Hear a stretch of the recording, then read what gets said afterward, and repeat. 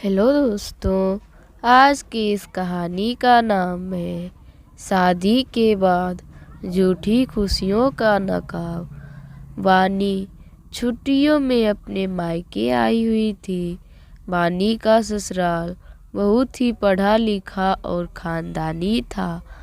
वानी के 2 बेटे भी हैं। वानी जब मायके आई हुई है तब उसे उसके पिताजी घर पर जो भी रिश्तेदार आता उनके सामने ससुराल और जमाई राजा की तारीफें के पुल बांधते शुरू कर देते। वानी के पिताजी कहते हैं, हमारी वानी तो बहुत अच्छे खानदान में ब्याही है, ऊपर से भगवान ने 2 बेटे का सुख दिया है और हमारे जमाई राजा जो इतने अच्छे हैं कि वानी जिस चीज़ पर हाथ रख देती है वह चीज़ उसे अगले दिन ही मिल जाती है। वानी उन्हें जैसा कहती है वह बिल्कुल वैसा ही करते हैं। कभी भी वानी ने अपनी ससुराल वालों की हमसे कोई शिकायत नहीं की और ना ही वानी के ससुराल में पैसे की कोई कमी है, क्योंकि हमारे तो बेटी जमाई दोनों मिलकर कमाते हैं। दोस्त का बता रहे थे और उन्हें बहुत गर्व हो रहा था। यह सब बताते हुए तब वानी के पापा के दोस्त ने कहा, सही कहा भाई आपने, आजकल के समय में बेटी को इतना अच्छा घर मिलता किस्मत की बात है। बेटी अगर ससुराल में खुश हो तो माता पिता तो गंगा नहा लेते हैं। मैं तो यही कामना करता हूँ कि वानी हमेशा अपने ससुराल में खुश रहे।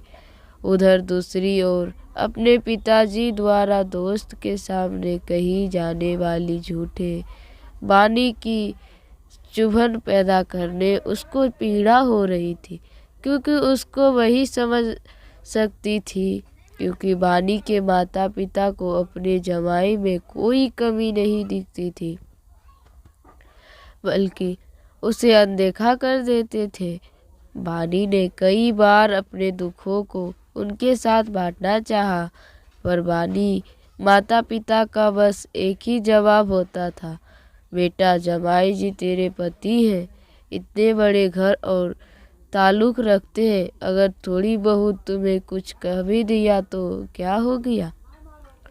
नौकरी करती हो तो इसका मतलब यह तो नहीं कि तुम उनके साथ अपनी बराबरी करोगी।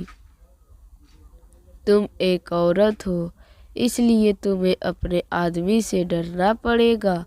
इसलिए बेटी अपनी हद में रहा करो, तुम्हारी चुप्पी से दोनों घरों की इज्जत बनी रहेगी।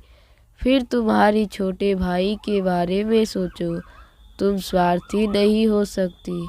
बार बार माता पिता की यह बातें सुनकर वानी ने भी अपनी किस्मत को भी अपनी नियति मान लिया था और अब उसने भी चुप रहना सीख लिया था। अब वह अपने दुख किसी के भी साथ साझा नहीं करती थी और दुनिया को दिखाने के लिए उसने अपने चेहरे पर झूठी मुस्कान का नकाब भी ओढ़ लिया था। लेकिन आज भी उसकी आत्मा चीख चीख कर खुद से यही सवाल करती है कि इस दुनिया में कौन है जो उसकी दिल की आवाज़ सुनेगा और उसे समझेगा। पर हमेशा उसके पास कोई जवाब नहीं आ पाता। इसलिए अब वह अपनी आत्मा का शोर भी मौन में परिवर्तित कर चुकी थी। धन्यवाद दोस्तों। अगर मेरी कहानी पसंद आए तो मेरे चैनल को सब्सक्राइब कीजिए और मेरे वीडियो को ज़्यादा से ज़्यादा शेयर कीजिए।